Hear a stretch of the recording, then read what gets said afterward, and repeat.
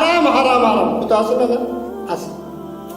তাহলে আমি বললাম হারাম পরিবেশে হালাল খাবারকে হারাম করে দেন, এই কোরআন হাদিসে কিন্তু করেননি।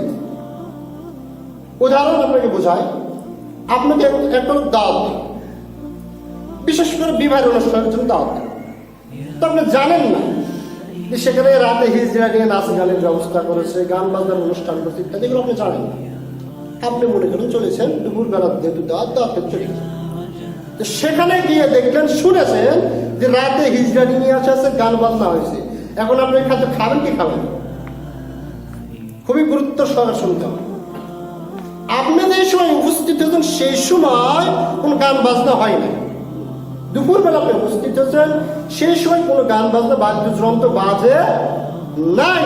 সেই ক্ষেত্রে আপনি সেখানে পানাহার করতে পারেন, কিন্তু দুপুরবেলা গিয়েও দেখতেছেন পাপ তাদের সাথে জড়িত, গান বাজনা হচ্ছে, নাচ গান হচ্ছে ইত্যাদি হচ্ছে, তাহলে আপনি যিনি পরিবেশন করছেন বা যিনি মালিক তাকে আপনি বলবেন এই গান বাজনা বন্ধ করুন, অথবা আলাদা স্থানে আমাকে নিয়ে যান যেখানে গান বাজনার শব্দ নেই বা এইরকম কোনো পাপ কাজে লিপ্ত হওয়ার কোনো বস্তু নেই। যদি ওই ব্যক্তি যদি আপনাকে আলাদাভাবে ব্যবস্থা করে দিতে পারেন, আপনার জন্য ওই সময়টা খাওয়া কি হালাল। কিন্তু ওই একই মজলিসে বসে খাওয়াটা এটা হচ্ছে আপনার জন্য পাপ সংগঠিত হচ্ছে, যার কারণে ওই জায়গায় বসে থেকে ওই বস্তুটা খাওয়া আবার আপনার হারাম। বিষয়টা খুবই গুরুত্বপূর্ণ।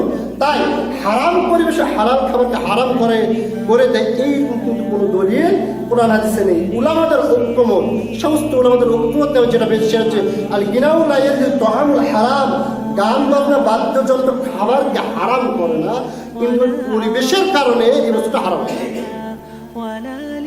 আমি এরকম বিভিন্ন যে প্রশ্ন করলাম, গান বাজনার কারণে যদি খাবারটা যদি হারাম হয়ে যায়, বিবাহের গান বাজনার কারণে খাবারটা যদি হারাম হয়ে যায়, তাহলে আমরা তো মনে করলাম রাস্তায় যাচ্ছি, প্রত্যেকটা বাজে টিভি বিষয় রয়েছে আপনার গান বাজনার ব্যবস্থা। বিশেষ করে অটোতে আপনি যাবেন, দেখবেন প্রত্যেকটা অটোতে কিন্তু বক্স রয়েছে। তো আপনি কি এই ডেলিভারি থেকে রাস্তায় যাবেন না? বাঘে উঠে দেখছেন গান বাজনা হচ্ছে, কারণ আপনি কি করবেন? বাজারকে বললেন আপনি একা একটি, আর বাদ বাকি তা মানেই গান বাজনা করবেন, তাহলে আপনাকে নেমে হেঁটে যেতে হবে। কি করবেন আপনি? তাহলে অন্তর থেকে তাকে আমি কি করবো?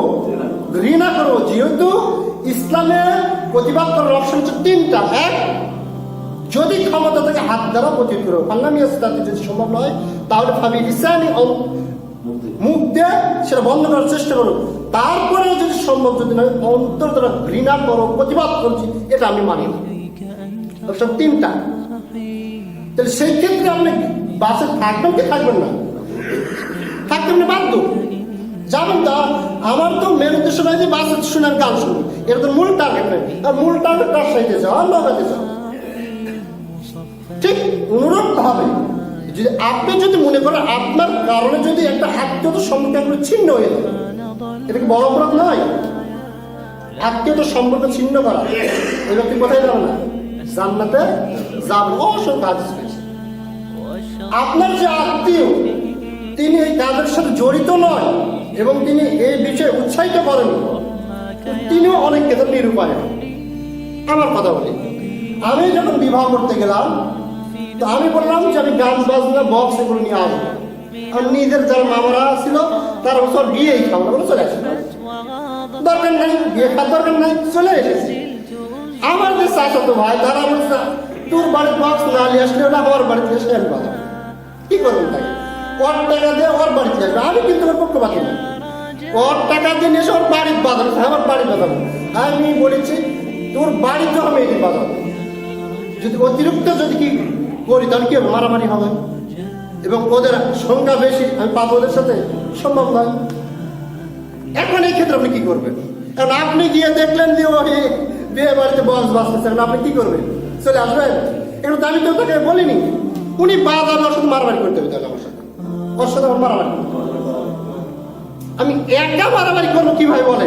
তাহলে বিয়ে করার আগে আগে হাসপাতালে যেতে পারবো না আমার।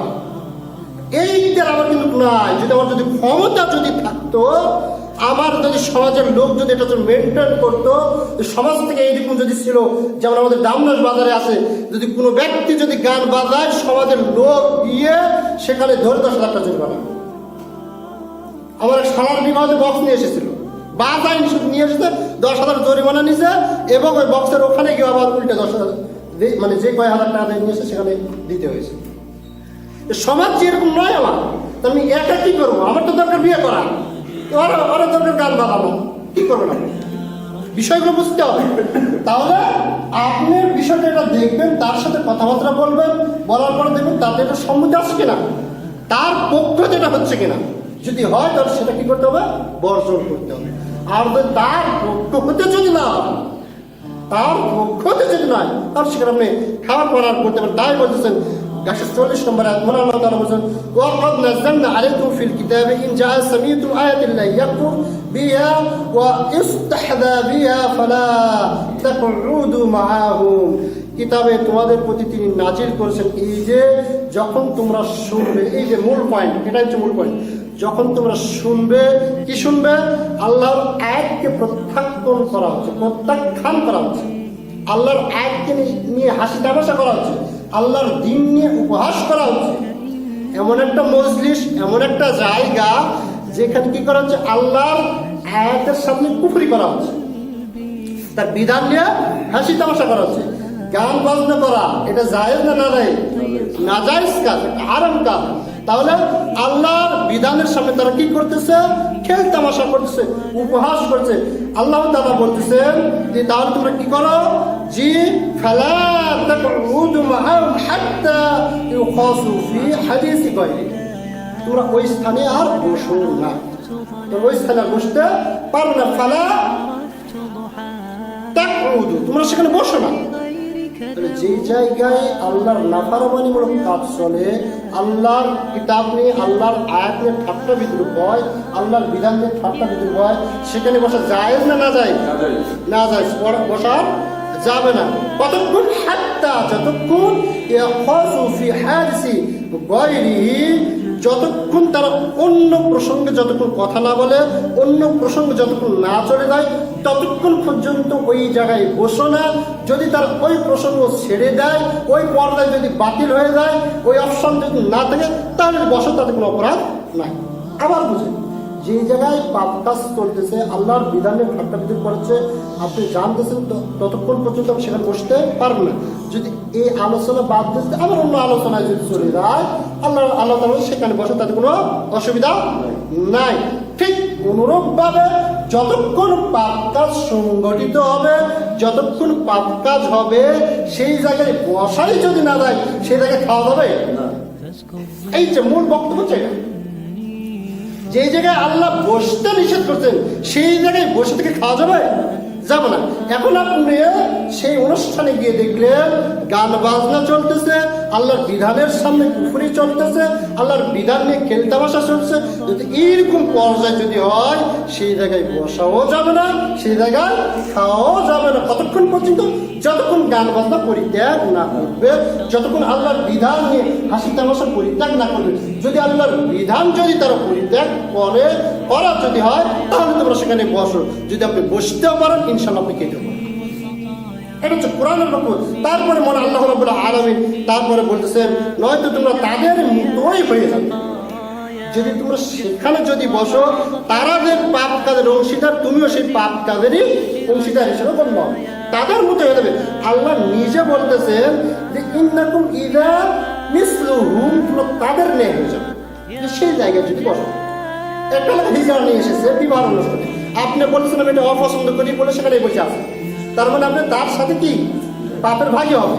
শুধু পাপের ভাগী হবেন না, আল্লাহ বলতেছেন যে ইন্নাল্লাহা জামিউল মুনাফিকিনা ওয়াল কাফিরিনা ফি জাহান্নামা জামিআন, মুনাফিক এবং কাফের সবাইকে আল্লাহ তাআলা ওই জাহান্নামের ভিতর একত্রিত করবেন। এই জন্য ওই পাপ কাজের সাথে জড়িত থাকার কারণে, ওই পাপের কারণে যদি একজন মুনাফিক জাহান্নামে যায়, ওই ব্যক্তি জাহান্নামে যাবে। ওই পাপ কাজের কারণে যদি একজন কাফের যদি জাহান্নামে যায়, ওই ব্যক্তিও ওই জাহান্নামেই যাবে।